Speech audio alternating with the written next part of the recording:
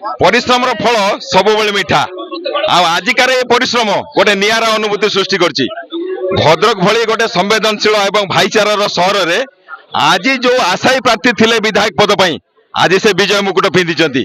Ticket पाइबाठू आरंभ करी आज विधायक हेबा पर्यंत आमे सब बेले तांका संगे थिलु। आज मध्य आपन को तांका सामने भेटौचु। चित्र एकदम स्पष्ट आपन देखुथिबे आरसीएन रे आमे वर्तमान आपन को देखौचु। मो संगे अछंती सीतांशु शेखर महापात्र भारतीय जनता पार्टी दावेदार एवं प्रमुख दावेदार थिले। मात्र अल्प कई मासर परिश्रम फल प्रचंड रौद्र तापर मध्य दिन राति एक करी से परिश्रम करछंती। शहीद भगत सेनार आवाहक जमिति आमे आपन कहिथलु समाज सेवा और राजनीति आपन स्वागत करछि प्रथम आम चैनल को। नमस्कार। समाज सेवा और राजनीति ये दीटा को भिन्न नुहे किंतु आज से समाज सेवा आसी आपन राजनीतिर शीर्ष स्तर पहुंचंती। कोन रखिबे भद्रकवासी पई प्रतिक्रिया? देखो मु तो जानी समाज सेवा राजनीतिर परिभाषा समान किंतु वर्तमान राजनीति कथा जदि कहबे निश्चिंत टिके संपूर्ण भिन्न हो सारी किंतु मु जानी आज भी लोक मानक भितर मानविकता बंची रही। आज जदि मु राजनीति को आसी केवल से समाज सेवार मु परिचय पाई। आज जदि भद्रक वासी निकट में एक स्वतंत्र परिचय सृष्टि कर पार्टी से समाज सेवार सृष्टि कर पार्टी। आज जदि लोक मैंने मो ऊपर आस्था प्रकट करिसेंती ता भी मध्य आपण कहि परिबे समाज सेवा पई जोपरि दीर्घ वर्ष धरी मु लोक मानक सहित शहीद भगत सेना माध्यम रे सामाजिक संगठन में किछि युवक मानक संगठित करी लोक मानक सुख दुख रे आमे माने जोपरि भागीदार थिलु। आज से देखी लोक मैंने भद्रकवासी मैंने आस्था प्रकट कर। किंतु मु आपन सर्वप्रथम कहि रखुची जो दिन टिकेट घोषणा होता से दिन मुझे निर्वाचन एक ऐतिहासिक निर्णायक निर्वाचन होगा जाऊँगी। कारण निर्वाचन मु लड़ू नी से दिन प्रथम दिन जानी टिकेट तो घोषणा होता भारतीय जनता पार्टी मोहर मारी मो नाम सीतांशु शेखर महापात्र नाम किंतु समग्र भद्रकवासी एकजुट हो दीर्घ वर्षर जो दुर्नीति भ्रष्टाचार विरुद्ध रे लड़िया मनस्थ कर सारी आज तार फल आपण देखिपे भारतीय जनता पार्टी जोशोसी लाभ कर।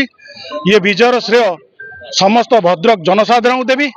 ये विजयर श्रेय जो कार्यकर्ता माने 35 वर्ष 40 वर्ष धरी निरंतर भावे भारतीय जनता पार्टी को विजय करने आज दिन को अपेक्षा करते आज तांकर स्वप्न पूरा होइछि।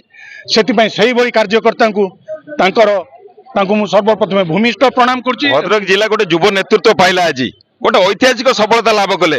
राजनीति नुआ हेले मध्य आपण जी जान लगेदेले भद्रकवासी सेवा निजक 10 वर्ष है समर्पित करते। इलेक्शन प्रोसेस रे आपनकर योगदान एवं आपनकर परिवार रो योगदान गोटे प्रमुख भूमिका थिला। परिवार रो ए श्रेय को नहीं भद्रकवासी कोन कहबे?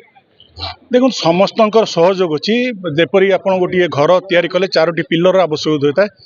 गोटे पिलर भी जदि न रुए ताले घर भुसुड़ी पड़े। से भाई कार्यकर्ता मानकर सहयोग रही भद्रकवासी सहयोग रही मो परिवार मत परिवार तो प्रथम परिवार जदि न चाहिए मुझे राजनीति को आसीपार न तो परिवार सहयोग रही समस्त सहयोग समस्त मिलित सहयोग आज ये सफलता हासिल कर। दीर्घ वर्ष धरी भद्रकवासी जो अपेक्षा थिला से अपेक्षार मु भावुची अंत घटी। सबुठार बड़र खुशीर कथा तृतीय थर प्रधानमंत्री आज केन्द्र में दायित्व नापी जाऊँच। बर्तमान जहाँ मुझे जापर गणमाध्यम माध्यम ओडिशार भारतीय जनता पार्टी सरकार होची भद्रक विधानसभा लोकसभा भारतीय जनता पार्टी खाता को जाऊँगी। निश्चिंत 24 वर्ष 25 वर्ष पर स्वाधीनतार 75 वर्ष पर भद्रक निर्वाचन मंडल में भद्रक जिले जो आखि दृश्या विकास न होता मु भावुची आगामी 5 वर्ष प्रत्येक भद्रकवासी से विकास को अनुभव करेंगे। बहुत हेवीवेट नेता थिले जो हेवीवेट नेता दीर्घ वर्ष धरी राजनीति रे तांकर अभिज्ञता रही आज तांको आपण परास्त कले कौन लगुच से जो अनुभूति हेवीवेट नेता सहित आप सर्वकनिष्ठ प्राय भद्रक जिले में आपणकर जो अनुदान रही भद्रक प्रति भद्रकवासी प्रति जो आंतरिकता रही नहीं केमती देखुं? क्षमा करेंगे मु हेवीवेट विरुद्ध लड़ू नी मुझे मूलर कही निर्वाचन प्रक्रिया जनता हेले जनार्दन। आज जो जनता मनस्थ करिसेंती आज जेते बड़ आज जदि मुख्यमंत्री नवीन पट्टनायक भी जदि आज छिड़ा होता जो जनता स्थिर कर सारी प्रत्याख्यान कर सारी से तो दुनियार कौन शक्ति आपन को विजय परास्त कर। आज भद्रक साधारण भद्रकवासी विजय होती निर्वाचन भद्रकवासी लड़ुले हेवीवेट से अभिज्ञता अधिक थाई पारे किंतु भद्रकवासी अभिज्ञता कम नथिला। निजे निर्वाचन लड़िला बेले आपण किछि प्रतिश्रुति देइथिले भद्रकवासी को जे किछि मौलिक अधिकार को नहीं आपण लड़िबे सदा सर्वदा आपणकर से लड़ाई करिवार जो कलाटा आपणक पाखे रही से मौलिक अधिकार को केमिति साब्यस्त करिवे लोक मानक पई?